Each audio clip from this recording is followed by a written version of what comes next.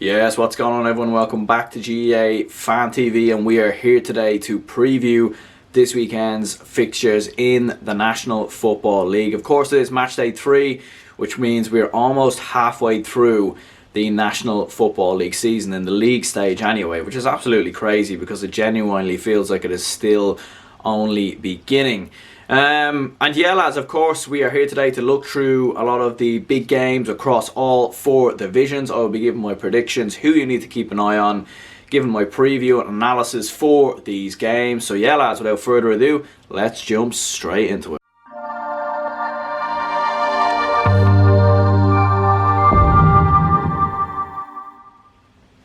Alright, so we will start down in Division 4. Carlow will be hosting Limerick.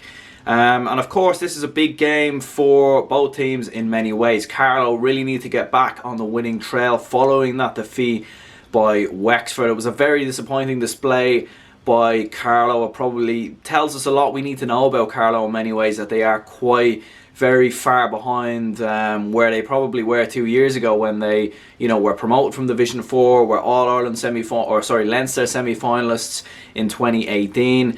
The problem, I suppose, with Carlow and the problem with the way they play is it is a very defensive style system, and I feel like you can only get away with that for a couple of years when you don't have great quality. I think we've seen that with sides like Fermanagh, and we've seen it down the years. Even Cavan tried to employ a kind of defensive system at times as well. They do have quality players there, but unfortunately they did let themselves down massively against Wexford in that game. And obviously they're coming up against a Limerick team who have won their opening 2 matches. They beat London by 8 points to 7 last week, and in the first game they beat Waterford 110 to 10 points. Of course, they were probably playing 2 of the weaker oppositions in the league, so you probably still expect Carlow to grind out a victory here. They certainly really need to, because Carlow weren't even that impressive in their opening victory over Wicklow. But anyway, I do expect Carlow to go ahead and beat Limerick by 3 points. Of course, they'll have the home advantage as well, and I do in fact believe they will have the inferior quality. Of course, though, Carlow will have to make sure they do win, because if they don't and they do miss out, they'll fall further behind Limerick. And I do fancy Wexford to go ahead and beat Waterford as well. So huge game for Carlow, and they'll really need to get the points on the board in this one. And of course then, another big match is Sligo, who will be travelling to Wicklow. Now, Sligo have 2 wins from 2 on the board so far. And yeah, I mean, massive year so far for Sligo. Didn't win an entire game in 2018 or in 2019, but so far in 2020, 2 league games, 2 wins, and they've been very impressive in both. They beat London with absolute ease, and they beat Antrim in a very close game, which we very much expected. Of course, I expected it to be very close against Antrim, but they managed to get over the line. And you can't look no further than their captain, Paddy O'Connor, who has been outstanding for this Sligo side. He was the man of the match in the game versus London, and he was my man of the match in that game versus Antrim as well. Dictating the play, very good on the ball, very good on the eye. The captain, of course, as well, and he is leading this team potentially towards promotion back to Division 3. And it's looking very likely. They have some, the fixture list is looking quite kind for them next, and of course coming up against a Wicklow side who I believe lost to Carlow on the opening day and lost last weekend as well. So I am going to go ahead and say that Sligo edge out Wicklow by 5 points. It could be closer, of course, but I think Sligo have a real opportunity now, in my opinion, to get promoted to Division 3, and I think they're going to take it. And then we move on to Division 3, and of course there are some massive games in this one. Of course, Cork are playing down, and Derry are playing Tipperary. We will start off with the latter, of course. Derry will be looking to bounce back from what has been a poor start in Division 3, in my opinion. They didn't win their opening game, of course. They drew, and then, of course, they lost last weekend to Down. So they really need to get some points on the board here, because I think everyone kind of thought at the start of the season that Derry would be, promotion chasers. I think everyone thought that Tipperary would be relegation candidates, and it hasn't quite turned out that way. Tipperary have had a good start, although be it against, they were playing fellow relegation candidates in Laois last week, which they only just beat. But look, listen, very good by Tipperary so far. Been impressed with them getting that victory over Laois. Derry have had some impressive moments as well, although they did lose to Down in the last game. Of course, their star man Shane McGuigan standing out in that loss versus Down. And, they will have the home advantage here, of course. As I said before, they were disappointed when they drew their opener in the opening game of the season, in a game they should have very much won. And they showed enough quality at times versus Down last week to get over the line, but they just couldn't quite make it count when it really mattered. So, yeah, of course, playing at home against Tipperary. Tipperary have been quite low scorers so far in the division, and I would expect that to continue, meaning that Derry really have to capitalise on this game and play some of the attacking, free-flowing football that we know they can play. Of course, they are managed by Rory Gallagher, so whether that attacking football stays the way it is for now, we will have to wait and see. But yeah, I'm expecting the likes of Kieran McFell, Shane McGuigan, and of course the support play at fullback from Brendan Rodgers to be too much for Derry, or too much for Tipperary, and I fancy Derry to win this game by 5 points. And then of course we have Cork versus Down in what could be a massive promotion chaser game, in my opinion. Of course, we know that Cork have won 2 games from 2, and they are very much favourites to win Division 3. And I don't think anyone can put anything past Cork so far. They've done absolutely what everyone expected them to do. They've brought in some young players in the process as well, while also keeping the quality players like the likes of Luke Connolly, Mark Collins, and of course Michael Hurley in there as well. Of course, coming up against a downside who battled back against Derry. Of course, in the last match we were talking about Derry being disappointing in many ways in that game, but you have to give full credit to Down because they were the ones who did go ahead and turn it around. And Donal O'Hare was outstanding in that game. He had 6 points for Down. He stood up to be counted when they most needed him. Corey Quinn, I like the look of him as well. He's a young player coming into this downside, and he made a bit of an impact when he came off the bench in that game versus Derry. So Down are looking to put behind them that opening display, which was quite poor against Tipperary when they drew. If they can muster anything here against Cork, I would definitely fancy them to go on and clinch promotion. I still think they will, in my opinion. I suppose we'll have to see how the Derry and Tip game plays out. But definitely, if Cork win this, it's looking like they're going to run away with finishing in that top 2, and I feel like they will. They will definitely see off Down, in my opinion, in this game. I do think it'll be quite close. I think Cork will win by 3 points. I think Down will put up a bit of a fight at times, like they did in that game versus Derry. But I think Cork will just have too much quality, especially in the forward areas. Down's defence has been questionable at times, in my opinion, and I feel like Cork have the tools to go ahead and exploit that. So yeah, I'm going to say that Cork gets the victory by 3 points. And then of course we move on to Division 2, and yeah, lads, what can you say? Division 2 has been it's just been a massive surprise so far this year. All the sides we feel like that are going to get promoted are not winning, and all the sides we feel like that are going to get relegated have been doing amazing, and one of those sides has been Laois. Who would have expected Laois to be sitting with 3 points on the board this season so far? They were playing two of the favourites, in my opinion, in both Roscommon and Armagh in those opening 2 matches. But look, listen, you can only give Laois a tremendous amount of quality for how they've performed so far. Mark Barry in particular, 7 points he hit in that 6-point victory over Armagh. And of course Evan O'Carroll as well with 5 points. 2 very talented forward-thinking players, and they've been making the difference for this Laois side. And Mike Quirk has implemented a very young side in Laois, in this squad, in my opinion. Obviously, they lost the Kingston brothers. Stephen Atroid, their captain, opted out as well. So they had to try something different. They had to bring in young players, and it looks like it's definitely paid off, in my opinion, because I think Laois are going to stay up, and they have a huge opportunity here to make it, to get another win on the board. They're playing a Cavan side who have lost a lot of their players as well. They're in a similar situation, of course. Derek McVitie, of course, opting away, and Kieran Mackey, I believe, retiring. So Cavan, of course, losing some of their players. But they showed their quality against Westmeath, and I still think that Cavan will be okay when it comes to staying up in this league. But I mean, who knows what could happen at the moment? I mean, the way this division is playing out, and of course, Cavan, you know, Kieran Brady, very good for Cavan last week. He inspired them in that comeback versus Westmeath. I feel like Cavan showed a lot of fight, and we learned a lot from Cavan in that victory versus Westmeath, because what we've seen from Cavan was that they do have the fight, they do have the determination and the desire to try and stay in this division. And by getting that victory and having players like Kieran Brady inspiring them to get over the line, I think made a huge impact, and it will make a huge impact to Cavan's season. But of course, I do expect Laois to go ahead and get this victory. I think it will be close, but I think Laois will just have too much and they'll run out 4-point winners.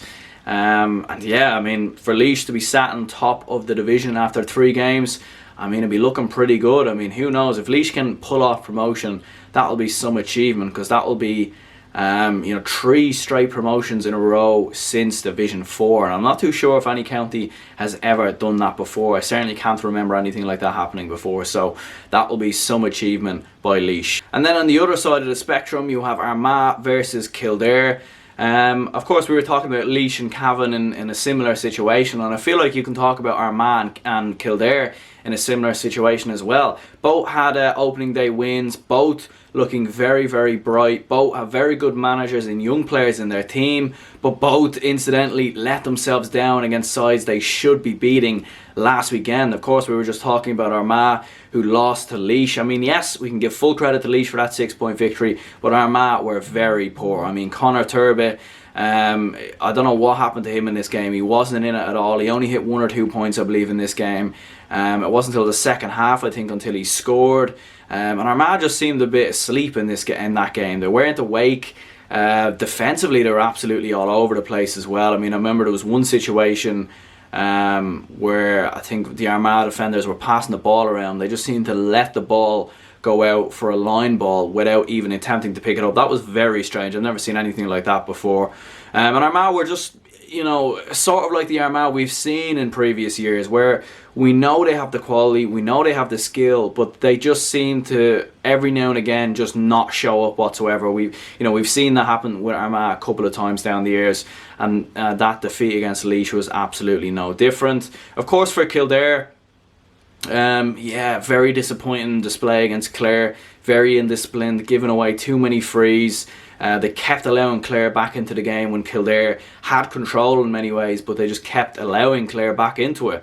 Kevin Flynn and Neil Flynn were the only shining lights. In particular, Kevin Flynn. I don't actually think Neil Flynn had a great game. He only hit 2 points, but Kevin Flynn showed some sort of quality in that game for Kildare. But I think all in all, that was also a very poor display by Kildare. Big game, of course, because whoever loses this game, that will be a second defeat in a row. And that will sort of leave them a little bit behind, and if Laois do get that victory versus Cavan, that gap is a lot bigger. You could be looking at Armagh, Kildare on 2 points and Laois potentially on 5 points, and that's a bit of a difference after 3 games. So I'm not too sure who to call in this game. I have a sneaky feeling it will be a draw, but I feel like I'm going to bank on Armagh showing up. I think they're very good at home, and I think if Conor Turby and Rian O'Neill can play the way we know they can play, and Armagh show the physicality that they've shown in previous games and actually show up in the game, which I think they will, I feel like Armagh will have enough against Kildare and win by 2 points. And then of course we move on to Division 1. Dublin will be hosting Monaghan at Croke Park. And yeah, of course, Dublin showed their experience in many ways in that match versus Mayo. I don't think Dublin were particularly great. I don't think obviously Mayo were great either, but Dublin just seemed to have that experience to grind out that victory and use some of those experienced players in the likes of Kevin McManaman, who was one of the shining bright lights in that victory over that Mayo team. And yeah, lads, of course, with Dublin, we know they're gonna try and test out some young players in the likes of Aaron Byrne and Ronan McHugh, or Conor McHugh. Of course, Aaron Byrne again versus Mayo, I thought he was quite bright, making the difference. And of course, for Monaghan, I felt like they would go down at the start of the season. I'm starting to change my mind a little bit. I thought they were very bright on the opening day versus Galway. and I thought they were fantastic versus Tyrone, and they are looking quite bright. I mean, they obviously are very reliant on Conor McManus, and if he doesn't show up and he doesn't play well, that could be a huge loss for Monaghan. But we did see some other quality in there. Conor McCarthy, of course, very bright, hit a couple of points in that game versus Tyrone, and of course the goal coming from Carlow Connell as well. So Monaghan do have a bit more quality there, and of course Monaghan have actually beaten Dublin in the past 2 years in a row in the league. They beat Dublin last season, and they beat Dublin the year before. So yeah, it sounds very strange that Monaghan are going for their third victory in a row against Dublin in the National League, and it actually could happen because I feel like this is the type of game where Dublin will take their eye off the ball. You know, we know that Dublin are going to, you know, on the opening day of the league season versus Kerry, when everyone's watching, we know Dublin are going to show up a bit more for that. When they play Mayo, they just always seem to beat Mayo, even when they play terrible. You know, an 8-year rivalry that's only had one winner, which is kind of bizarre in many ways. So the chance is there for Monaghan, but I'm not going to go against Dublin in this game, in my opinion. I feel like Dublin will edge out Monaghan by a point, but I could easily be wrong in this. I feel like Monaghan could potentially pull out a win. You know, they've beaten Dublin in the past 2 years in the league, but I fancy Dublin. I think they'll just have too much quality. I think Monaghan's defence is still a bit leaky, in my opinion, and I feel like Dublin will exploit that, especially with this being at Croke Park. I feel like if this was at Castleblaney, maybe Monaghan would have more of an opportunity, but I am going to go with Dublin to win this game by a point. And then, of course, we've got Donegal versus Galway. And, of course, you know, a lot of people believe that Donegal will be the closest challengers to the likes of Dublin and Kerry for the All-Ireland in 2020. And I think so far they've certainly showed a lot of quality in the National League, especially in that victory over Meath, of course, in Navan. Michael Murphy with a couple of penalties. One scored, one missed. But again, Michael Murphy in the midfield, always dictating the play, controlling the tempo.